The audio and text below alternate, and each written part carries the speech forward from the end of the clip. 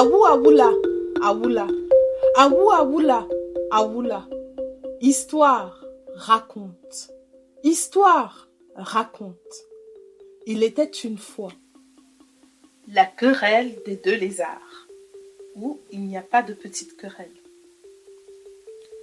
Au temps où les créatures de la terre se comprenaient encore entre elles, un chef de famille aisé vivait dans un petit village, au sein d'une contrée fertile. Sa vieille mère était encore auprès de lui. Dans le vaste enclos familial qu'entouraient les cases des différents membres de la maisonnée, plusieurs animaux, parmi lesquels un chien, un coq, un bouc, un bœuf et un cheval, déambulaient en liberté.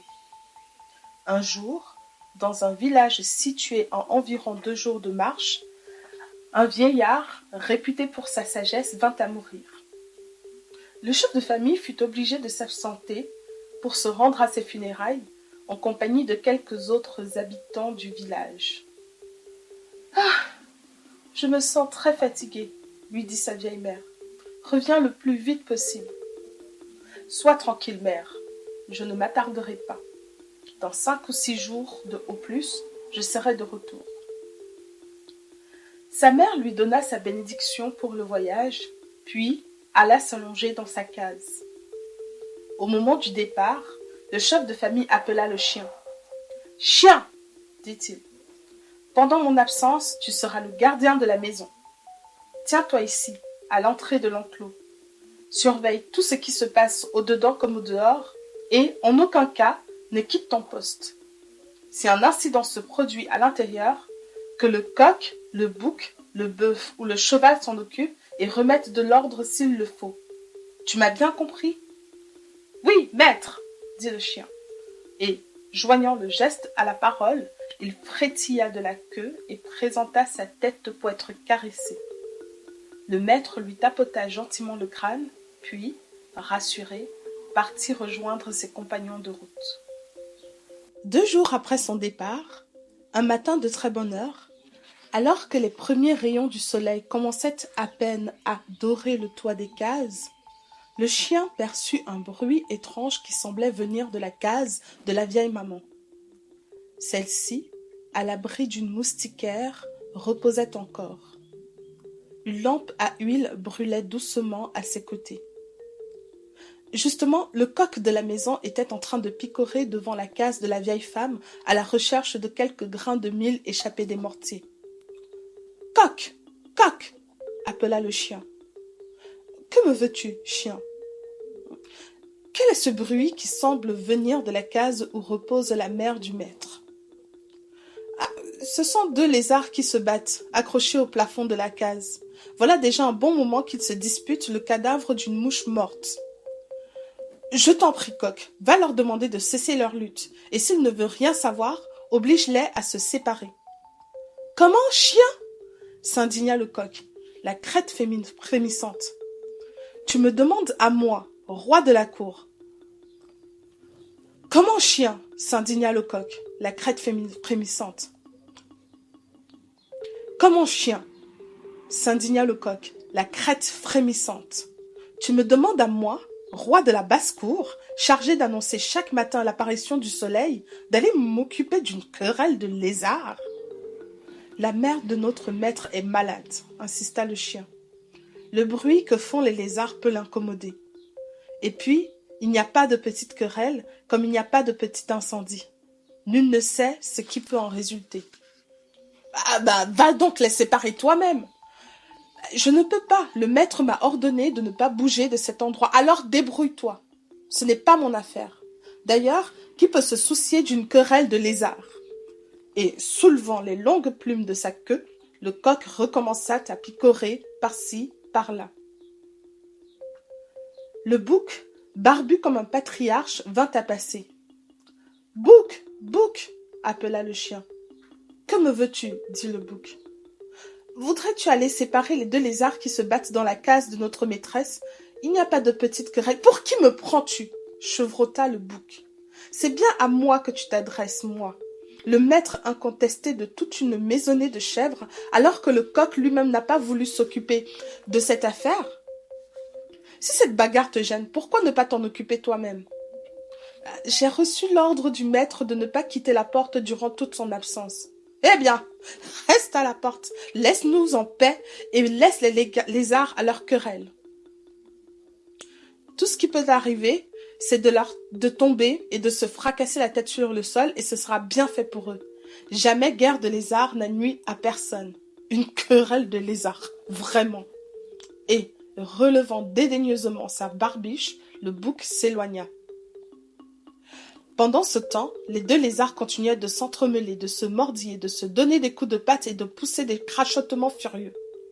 Inquiet, le chien appela le bœuf, qui ruminait tranquillement dans un coin de la cour.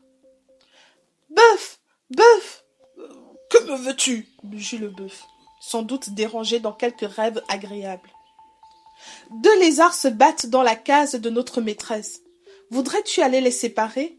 Aucune querelle n'est petite, nul ne sait ce qui peut en résulter. Une querelle de lézards !» s'esclaffa le bœuf. « Tu veux que moi, bœuf, le plus fort et le plus ancien des animaux de cette maison, je m'occupe d'une querelle de lézards ?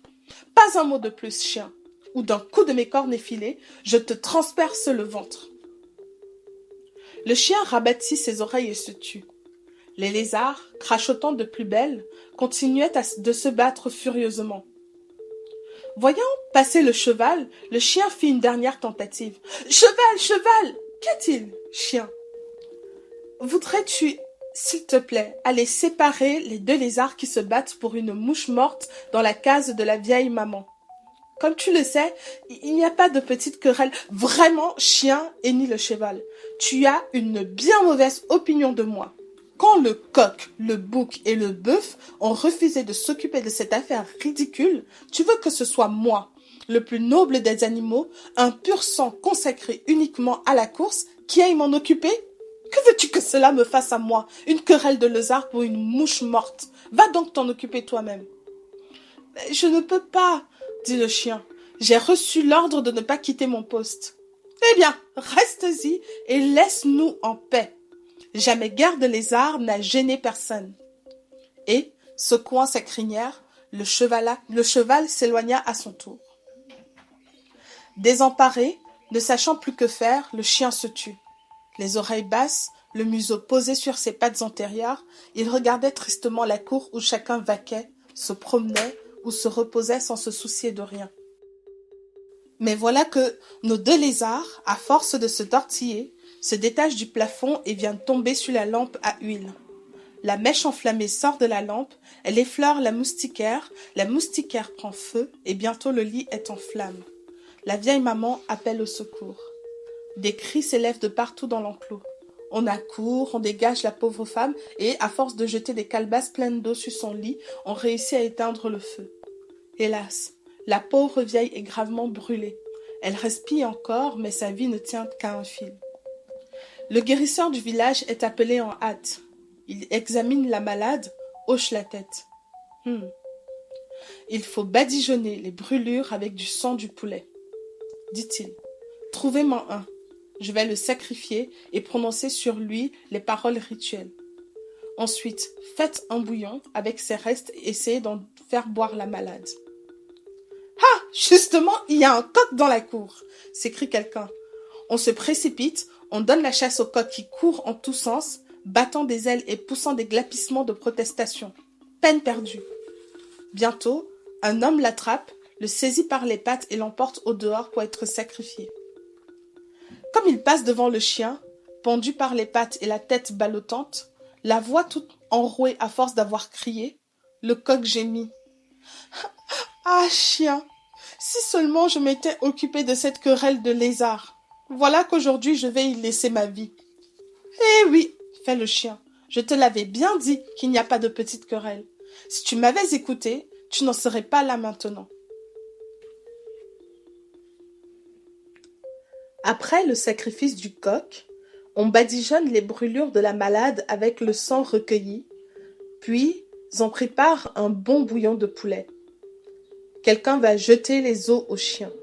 « Pauvre coq, dit celui-ci, si tu avais accepté d'user de ton autorité pour arrêter cette bagarre, on ne me donnerait pas aujourd'hui tes os en guise de repas. » Hélas, avant même d'avoir pu avaler une gorgée de bouillon, la vieille maman trop gravement atteinte rend son dernier soupir. Alors que tout se lamente dans la maison, un homme va chercher le cheval pur sang, le selle et le fait monter par un jeune garçon habitué des courses de chevaux. Il lui tend une cravache. « Fais vite, lui dit-il. Fonce jusqu'au village où se trouve le chef de famille. Annonce-lui le décès de sa mère et ramène-le immédiatement. Lui seul peut s'occuper des funérailles. » Le jeune garçon, ravi de monter le pur sang, s'élance d'un bond sur son dos, le cingle d'un coup de cravache et poussant un grand cri, le fait démarrer comme une flèche. Durant des heures, il le fait galoper, galoper, galoper.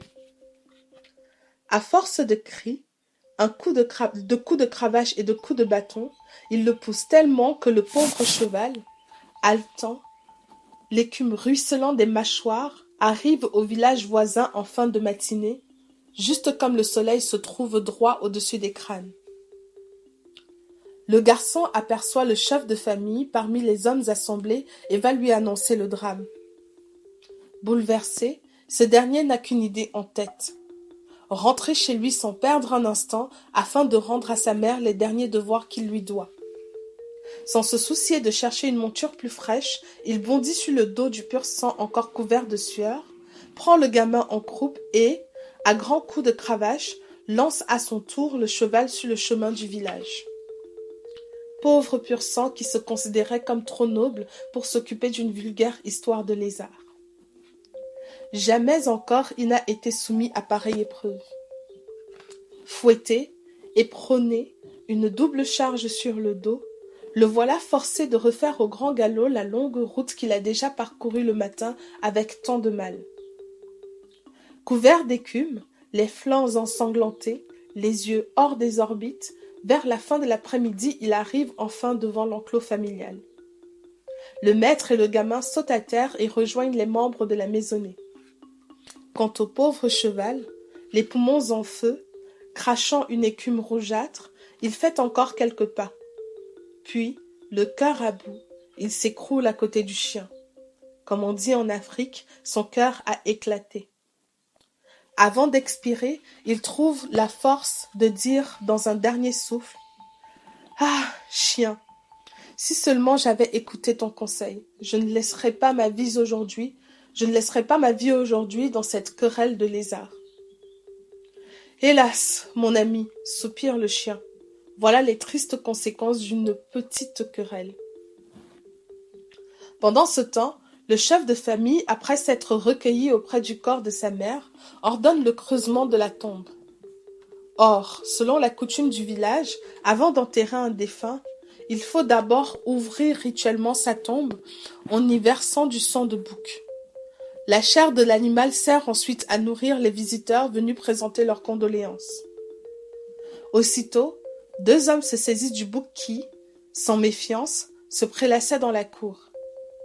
Ils le tirent par les cornes vers l'emplacement des sacrifices. En passant devant le chien, le bouc chevrotte tristement. « Oh, chien, combien tu avais raison. Si seulement je m'étais occupé de cette querelle de lézards, aujourd'hui on ne me sacrifierait pas. »« Hélas, oui, mon ami, répond le chien. Si tu avais pris la peine d'arrêter cette petite bagarre, aujourd'hui tu aurais la vie sauve. »